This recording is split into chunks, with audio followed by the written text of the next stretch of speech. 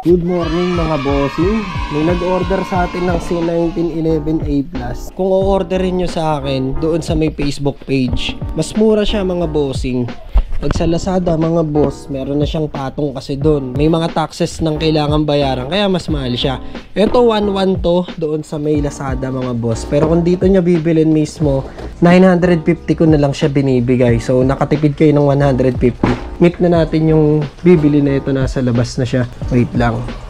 May bibigay ako sa kanya. Yung bigay sa atin ni Boss AI. Bigyan natin ng ito. Yan. Ng laruan. Tapos extra bala. Okay. Meet natin sa labas. Ito na siguro yun.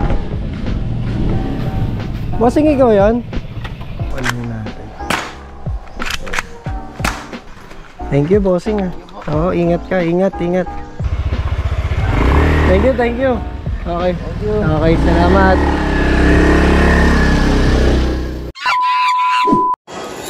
Another day, another lesson na naman po ng Beyblade mga boss. Ayan, nandito ako sa may SM Marilao mga boss.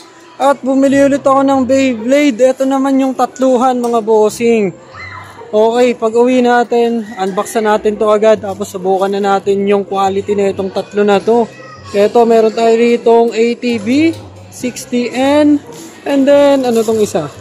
ATT mga bossing, Night Shield, Wizard Arrow, tsaka Hellsight. Okay. Nakita nyo na ba yung Power Ranger White? Ako yun Power Ranger White. Tabo! Tama ba itong inakato ko? Tabo! Bossing, pasensya na. Oo, biglang daan lang Sabi ko, daanan ko na rin. Yan. Tama yung Lucy. Buti nandito ako. Oo nga nagbakasakali lang ako Doon kita pinagtanong, doon ako kanina. Thank you, bossing. Thank you. Salamat. Nakita rin ang kapartner. Ang hirap hanapin ng kapartner na ito Tapos mura pa sa'yo. Common kasi yung Luffy. Oo. Thank you, bossing. Salamat. Ayan, ito yung Lucy. May kapartner na yung Luffy kasi meron tayong Luffy na ito. Kasi nakita na tayo ng Lucy. Let's go. Boss, pang ilang Beyblade na natin to, boss? Parang bumili tayo ng dalawa nung nakaraan.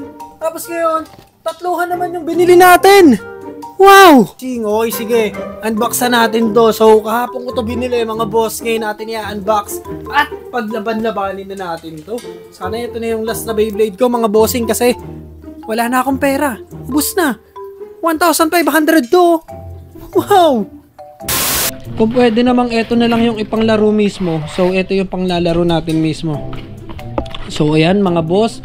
Di katulad sa ibang Beyblade na isahan, ito transparent yung plastic niya. Kitang-kita na natin agad. So, very colorful mga bossing. Meron tayo ditong color orange, green, and then red. Rose red ata to. So, magtatanong lang ulit, para saan ba itong ini-scan na to? Ayan, mamaya i-scan natin to. Ayan may scan siya Para saan kaya yan? So sa tip pa lang makikita nyo na ito, pointed siya mga bossing. Ito namang isa na to is medyo flat siya mga boss. And then, etong isa na to is rounded. So ito yung Hellsight mga bossing. Yung defense niya malakas din, 35. Durability, 35. Yung height niya is 80 mga boss. And then yung beat niya, volume 15. Defense, 25. Durability, 50. Yung unang salpukan niya sa kalaban niya, malalaman na agad natin kung tatagal ba yung kalaban niya sa unang salpukan pa lang. So, ito maganda to mga bossing. Kasi malalaman mo na agad kung yung unang salpok, kung babagal ba agad yung Beyblade ng kalaban niya or titining pa ng ikot.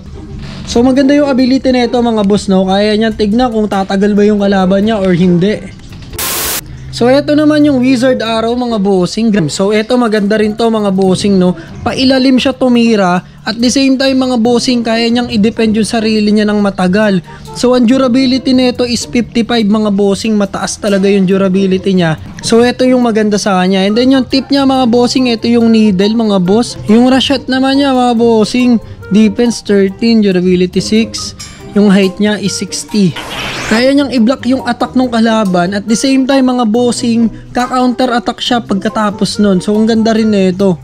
So pero kung i-rate natin to mga boss, pagdating sa blade niya, ang mataas sa kanya yung defense sa tatlo na to is etong Night Shield. Meron siya 55. Rashot naman mga bossing, ang pinakamalakas na defense sa kanila is etong Wizard Arrow naman mga bossing pagdating sa defense. Dito naman sa beat, pagdating sa defense mga boss, ang pinakamataas is etong Wizard Arrow din. So pagdating sa defense yun. So pilit nating iniintindi to. So ang ganda na ito mga boss, parang defense type ba tong Beyblade na nakuha ko? Kasi puro defense yung nababasa ko, wala akong nakikitang offense dito. Puro defense type ata tong nakuha ko na to. Subukan na natin to, paglaban-labanin natin sila. Kailangan ko lang ng player. So hahanap ulit ako ng player natin, let's go! Okay, let's go! Yung paglalabanin natin yung tatlo doon sa last vlog. Yan, hawak niya. Ito naman yung akin. Yan. Ito. Yan. Black. Yan. Yan. 3, 2, 1, go! Shoot! Boom! Ano, parehas nag-a-atake pa na tong dalawa na to eh.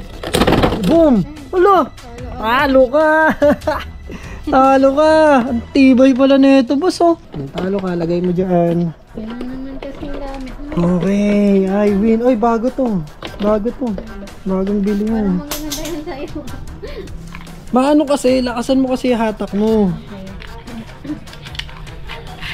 Ito naman, yung red. Ano yun yung kinuha mo? Ito yung katapat ng green. Okay.